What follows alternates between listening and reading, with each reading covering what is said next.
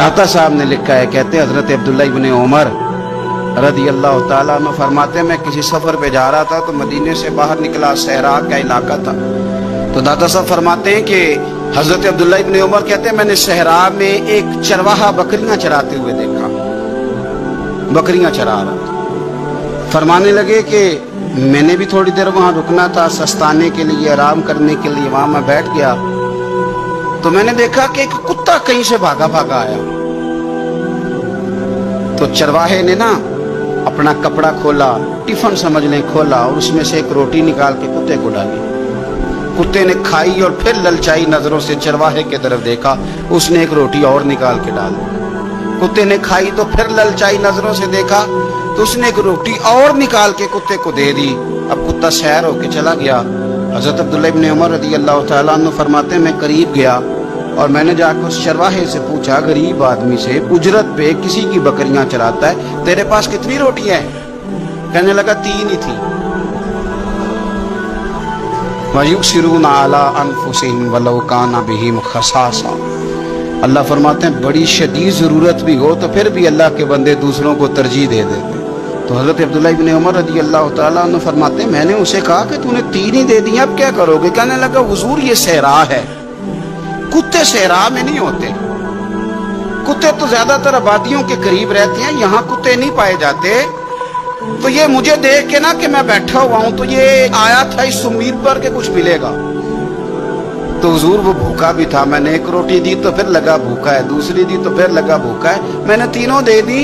उस बेचारे को पता नहीं को देगा कि नहीं देगा, मैं तो शाम को घर जाके खा लूंगा, इसलिए मैंने उसे दे दी। माला वाले सखी नहीं होंगे कि सखियां कुल माल नहीं होता, इथे उथे दोमी जहानी सखी कंगाल नहीं होता। हजरत अब्दुल्ला इब्न उमर कहते हैं मैं जिस सफर पे जा रहा था वहां से मैं वापस आ गया, मैंने पता किया किसका गुलाम है, का फलां बिन फलां का। कहते हैं पहले मैंने गुलाम खरीदा, फिर वो जितनी बकरियां थी वो सारी खरीदी, फिर जिस बाड़े में वो बकरियां बांधता था वो भी सारी खरीदी, फिर शाम को मैं उससे मिला, मैंने बकरियां भी उसे दे दी, बाड़ा भी उसे दे दिया। तो वो मुझे कहने लगा हुजूर ये क्या है? तो मैंने कहा तूने सखावत की थी ना, तो मेरे रब ने तुझे इनाम अता फरमाया। और दादा साहब कहते हैं वो सखी बड़ा था, जनाब ने उसे दिया, उसने वो भी अल्लाह के रास्ते में खैरात कर दी। अपनी जिंदगी में देने वाला मिजाज बनाए। अब तो दोस्तियां, यारियां, ताल्लुक, नाते इस बुनियाद पे हैं कि नफा ले कैसे सकते हैं, सामने वाले को इस्तेमाल कैसे करना है। ये कमजोर लोगों की अलामत, ये छोटे लोगों की अलामत, बुज़दिलों की अलामत। दिलेर लोग जो होते हैं वो नफे लेते नहीं। खैरुन नास मन यनफउन नास।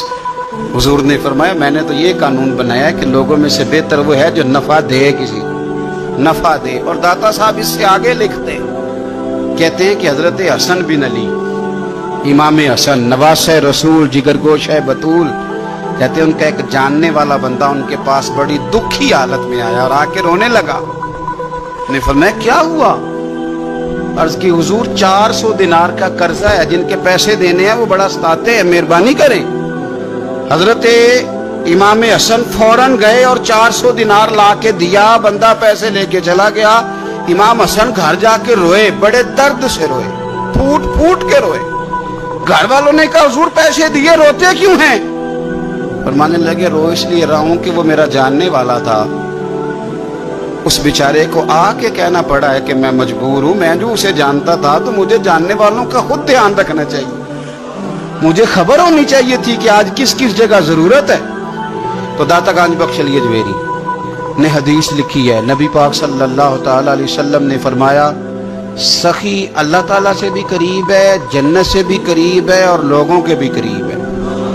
और हुजूर फरमाते हैं ये जो बखील है ना, ये अल्लाह से भी दूर है, जन्नत से भी दूर है और लोगों से भी दूर है। क्यों? इसलिए कि सखावत करने से बंदा किसी का हक अदा करता है, किसी के करीब जाता है।